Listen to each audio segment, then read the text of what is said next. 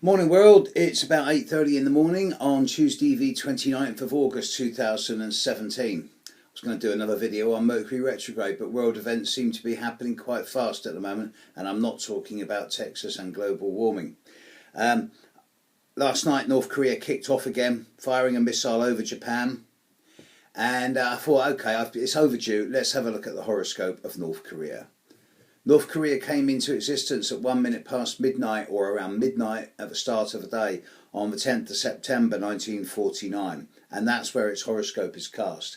And an observation of North Korea's horoscope is fascinating.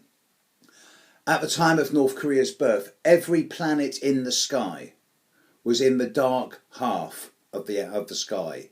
There was no planet overhead in daylight. So if this were a horoscope of an individual with everything in the bottom half, I would be saying straight away that this is the horoscope of an introvert, of someone who's private, not secretive, but private, who's not given to being in the outside world. And this is evinced by North Korea's obsessive privacy, borderline secrecy.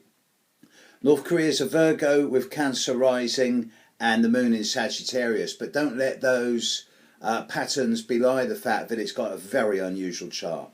The ascendant is 0 degrees 8 minutes of Cancer.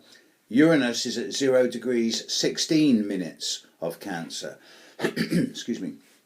So North Korea was born with Uranus precisely on the ascendant.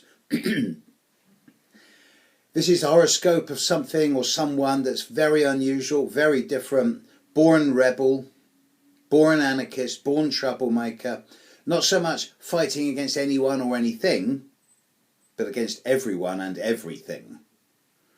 And it prides itself on being different. The challenges, apart from having Uranus on the ascendant, are that the Sun is square Jupiter. Jupiter's in Sagittarius in the 6th house, in Sagittarius, and with the Sun square as Sagittarius Jupiter, there's always going to be the desire to walk one's talk and live life according to one's philosophies, but also to propagate one's philosophies into the outside world and to demand that the outside world at least recognises its own capacity for living its own philosophies, and ideally for the rest of the world to adopt its philosophies as well. So there is an expansionist agenda here. There's also a strong Mercury-Neptune conjunction in the 4th house in Libra. So there is this kind of Neptunian fog and mystery and nebulousness around its ideas of home, roots, foundations, and its communication around this is always going to be shrouded in uncertainty and mystery. Add to this that in North Korea's horoscope is a strong square between Venus at the start of Leo and Mars at the start of Scorpio, suggesting that North Korea's equality and gender issues and rights are not perhaps as balanced and harmonious as they like to present themselves to the world as being. Of course, Saturn in North Korea's horoscope is at 28 degrees of Leo. Saturn rules the descendant, the 7th house. It starts in the 7th house of one-to-one relationship starts in Capricorn, so it's ruled by Saturn. And with the eclipse of the Sun a few days ago on top of North Korea's Saturn, it does seem as if its partnerships and relationships with the outside world are heading down the pan really fast. It may not be coincidence that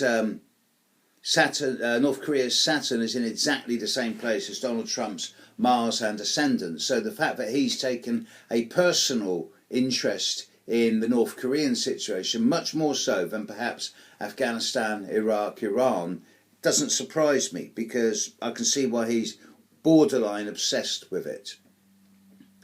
It seems that the eclipse has triggered a lot of issues for this, and that once Saturn moves it across North Korea's ascendant and into its 7th house, which will be around mid-December of this year, I do anticipate some type of unequivocal action which will lead to a resolution. This situation cannot continue. They can't go firing missiles over other countries just for fun, just to strut their stuff. It seems that with Uranus on the ascendant, they're always going to be a wild card. They're never going to be quite predictable. You're never going to be able to bring them into the fold. They're always going to be the outsider and the rebel.